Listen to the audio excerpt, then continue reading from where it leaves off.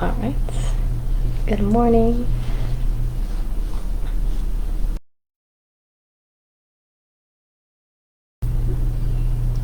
We are getting into Proverbs Part 2, and again continuing Solomon's wisdom on discourse. Solomon's wisdom, and we are going to get into more of the couplets, the regular structure of Proverbs that we were kind of used to in Psalms, continuing after this. But let's go ahead and finish this up, and to do that I have a quote to introduce us. We have Muss sien, sien, which is Epigraph to the string quartet in F minor, Opus 135, Ludwig Van Beethoven, 1770 to 1827, and it translates to, okay, must it be? It must be. So a little bit broad and general, we're trying to figure out how this correlates, right? But these thoughts that I've been having, as I'm sure many of you have been having when we're reading the Bible, right? In Psalms, things like that, we're very much aware that, David was the author of Psalms, right? Moses, the author of the Torah, or many other books as well. And then we have now Solomon really authoring much of Proverbs. So we're wondering, right, where is the divine inspiration? Is there any divine inspiration within these texts? And this is a question and a debate, I would say, that's tossed around a lot. Like, if these humans, right, being so imperfect, have written these texts, why are they even in the Bible? And why are we taking them like it's the Holy Grail, and these are God's words and God's instructions, and this is divine instruction, etc.? Well, of course, yes, they are human authors who are very much imperfect, but we have to ask ourselves, must it be, right? And then it follows up with it must be. It must be. Why? Because these individuals, right, are praying to the Lord. Okay, they're talking to the Lord. They are in connection with the Lord, really through everything they do. And that's why their texts have been uplifted and elevated and are still here today for us to read them.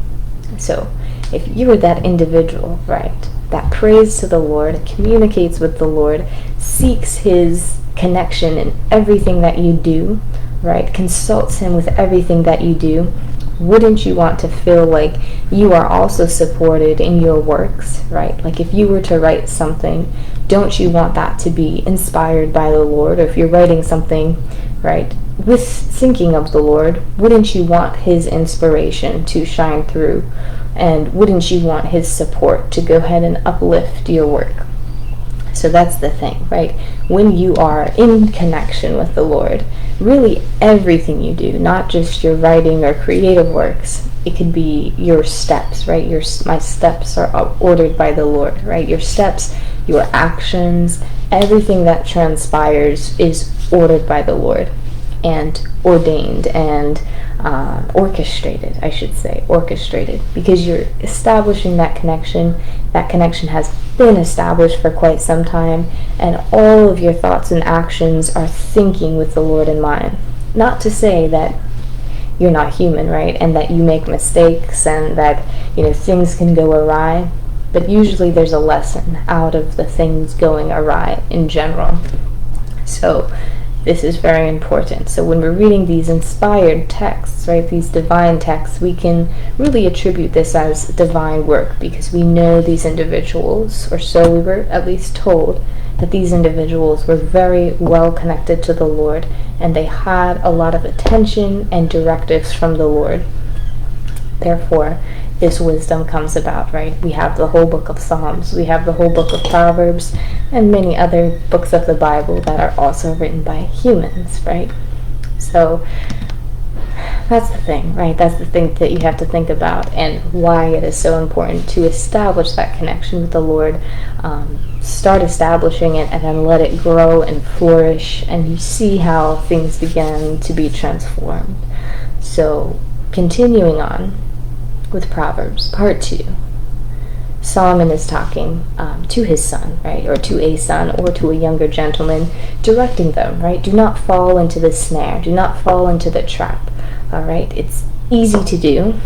It's easy to do, but don't do it, because this will be the outcome. And why Solomon is talking about this? He probably has some experience, as we have mentioned. Probably has a little bit of experience. Continuing with chapter 6. So do this, my son, to free yourself, since you have fallen into your neighbor's hands. Go to the point of exhaustion, and give your neighbors no rest. Free yourself like a gazelle from the hand of a hunter, like a bird from the snare of the fowler. Go to the ant, you sluggard. Consider its ways and be wise. He has no commander, no overseer or ruler, yet it stores its provisions in summer and gathers its food at harvest. There are 6 things that the Lord hates, 7 that are detestable to him. We're only going to go over 3, okay?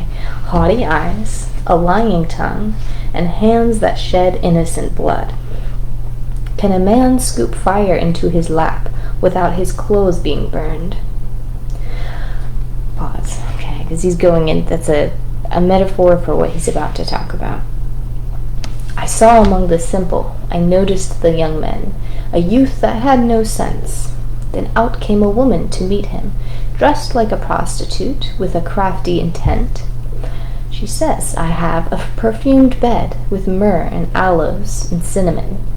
Her house is a highway to the grave, leading down to the chambers of death. Does not wisdom call out? Does not understanding raise her voice? My mouth speaks what is true, for my lips detest wickedness. I, wisdom, dwell together with prudence. I possess knowledge and discretion. Those who love me and those who seek find me. The Lord brought me forth as the first of his works, before his deeds of old. I was there when he set the heavens in place, when he marked out the horizon on the face of the deep.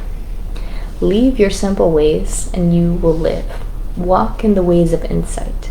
Whoever corrects a mocker invites insults. Whoever rebukes the wicked incurs abuse. On folly, he's saying, stolen water is sweet. Food eaten in secret is delicious. On folly's home. But little do they know that the dead are there, that her guests are deep in the realm of the dead. All right, so a little bit of a lot. We jumped a little bit around, and Solomon is talking about folly, right? Adultery, perhaps, prostitution, perhaps, okay? So all of these things that he can speak about because he does have experience. But he also has a lot of discernment, and had, whenever there was an event that would arise, he had a lot of experience enough to discern, okay, what was wicked and what was not wicked. So he's offering this guide of discernment, right? And again, it's one of those things that we may not really relate to today, or we try to even, push away or cover up or hide, right? But it's very real. I would say this is a very real thing that still occurs today, right? People fall into these traps. Some of them set the traps, right?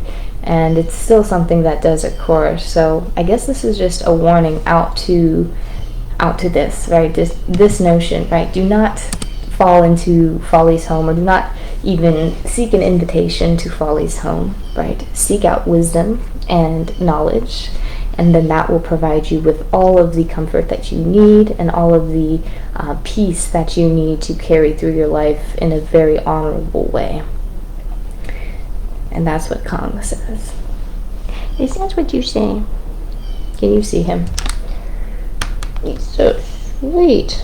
Yes, but this is going to be my day. I'm just going to hang out, finish up some little remedial tasks that I have going on, and we'll get to these next few portions. We'll see what's in store for us. Again, just kind of a weird vibe going on, not feeling too great all around, but I will get to talk to you again soon. I'll get to talk to you again soon. I hope everybody is doing well, and and staying safe and such. Appreciate you guys listening, and have a wonderful, beautiful day. Bye-bye.